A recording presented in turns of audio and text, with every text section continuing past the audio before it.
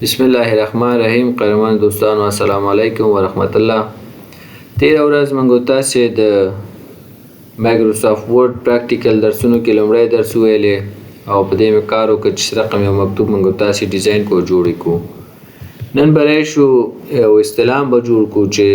استلام څه ډول جوړول شو. استلام معمولا د معلوماتو د غوښتلو لپاره استفاده کیږي. یعنی کله چې یو اداره معمولا مافوق اداره ټیټو یا مادونانو څخه استلام کوي د هغې څخه پوښتنه کوي. نو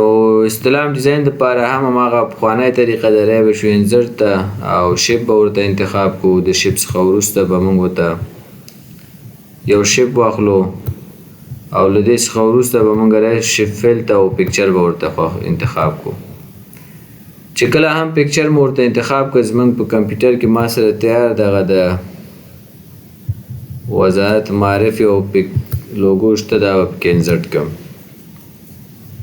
له دې څخه وروسته به رای شو آوټلاین ته او آوټلاین به ورته نو آوټلاین کړم. صحیح شو. دا یو لوګو خو شوه. ورپسې بیا راځم انزرټ ټیب ته او بیا شیپ ته راځم او دلته بیا یو سرکل اخلم او دلته هم زه یو سرکل را کوم او له دې څخه وروسته بیا شیپ فیل ته راځم پکچر ورته انتخابوم او د پکچر څخه وروسته به ورته د افغانستان لوګو انتخاب کوم. دا به پکې انزرټ کړم. آوټلاین ته به راشم نو آوټلاین به ورته انتخاب کړم او اندازه به دواړو ته 0.9 کړم یا یو به کړم او دا به هم یو کړم او دلته دا به هم ورته یو کو. دلته به رای شو دا به ورته هم یو کو او وروسته به لږ به منظم کو.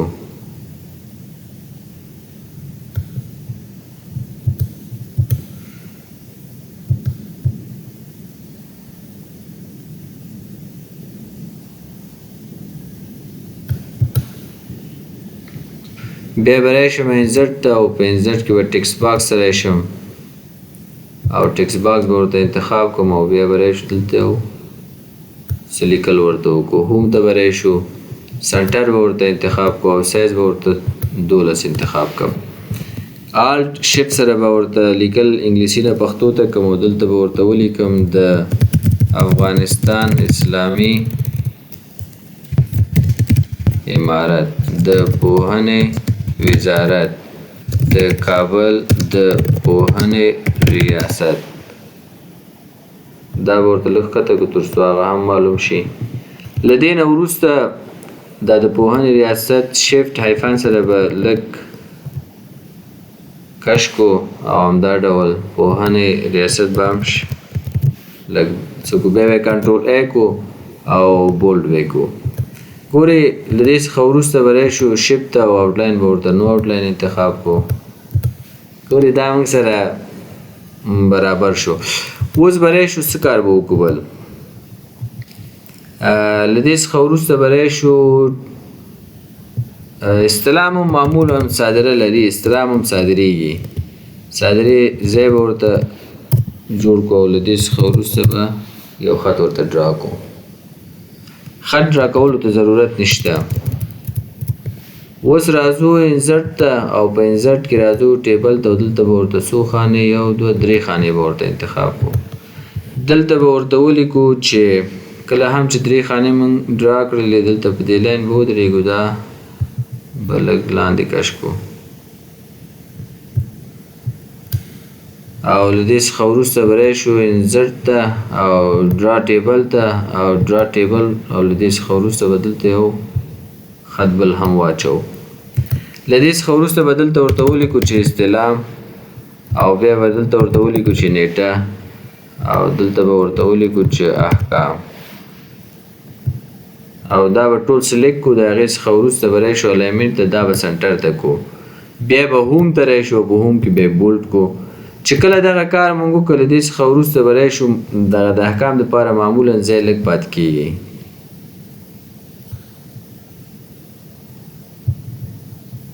نیټه به ورته لږ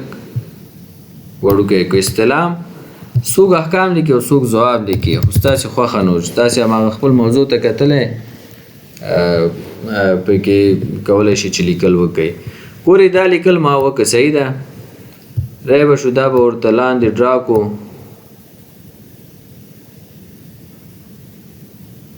چې دا واره لاندې رای شو تر دې ځای به ورته ډرا کو مارجن زمونږ دی چې پورې دې ډرا به کو ګورې دا ما سره یو استلام شو اوس استلام کې هم دا ډول تاسو کولی شئ چې یو بل کار هم وکئ ټیبل ډیزاین ته راشئ او دلته دا خطونه ورته لږ بولډ کئ فرض که دا خط ورته انتخابو نه دا به غلط د سره به راشو کالر هم دا تور صحیح خط به ورته دا یو انتخاب کو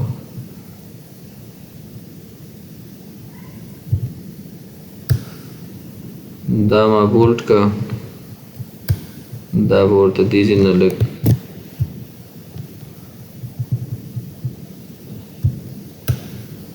دا به ورته بولډ کو دا به ورته بولډ کو دا همچنان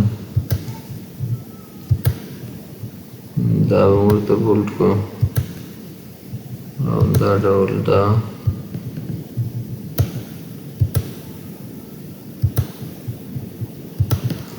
نو په دې طریقه دا ټول ورته بولډ کړئ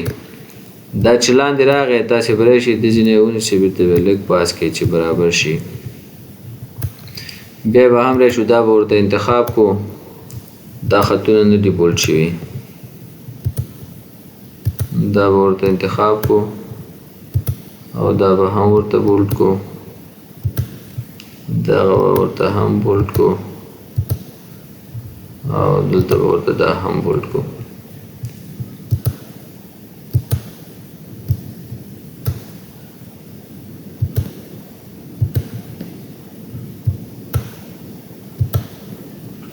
ګورې دا خطونه هم موږ ورته بولډ کړه همدا ډول کولی شئ چې نور به سکیپ ووهو چې دا او اوس به راشو دغلته دا به هم ورته لږ برابر کړو دا بیخي مارجن نه لرې دي دغه اندازه به یې کړو ورته دا به هم لږ په دغه اندازه کړو اوس هم لا ځای زیات دی نو لیفټ کلیک سره به دا ونیسو لږ به یې دې پلو کش کړو ګورې دا موږ سره اوس استعلام شو نو پرنټ پریویو ته به راشو وبه یې ګورو ګورې دا اوس موږ سره استعلام ده اوس به داسې کار وکړو چې یو استعلام به ولیکو دې کې یو خانه به لاندې راشو انټر سره او موږ به د حبیبي علي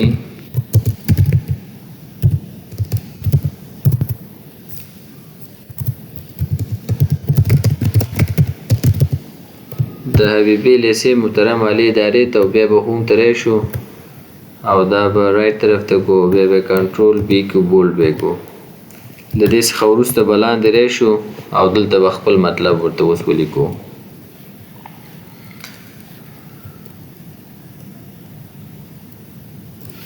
دلته به ورته داسې ولیکو چې مونږ خو تېر ځل دې ته مکتوب لیږلی اوس معلومات کوو چې د لسم نهم لسم یولسم کتابونه یې توضیح کړي او که نه د حبیبي علي لیسې محترم ادارې ته اوس به ورته ولیکو دا بول نه به دا وباسو دا لیکل زموږ وسم بول دي دلته به راشو بول نه به یې وباسو زه به یې وروسته بول نه وباسو د مکتوب نمبر 33 نیټه فرض که د 1404 کال د اولې اوس ګورې دا تاریخ موږ ته غلط ولیکل شو نو دلته راشئ ډایرکشن به ورته تاسې رایټ ټو لیفټ کې او وروسته به ورته راشئ دا انتخاب کوئ ګوره دا مکمل سلیکټ کوو ډایرکشن دا به ورته اول جسټیفای کو هغې نه وروسته ډایرکشن به ورته رایټ ټو لیفټ انتخاب کو ګورې د مکتوب نمبر دومره نیټه دومره په ذریعه داسې به ولیکو په ذریعه تاسو ته د نهم قامه لسم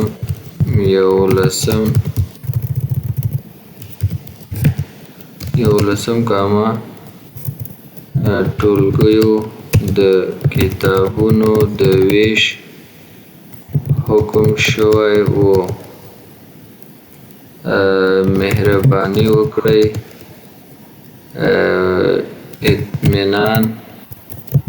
اطمینان راکړئ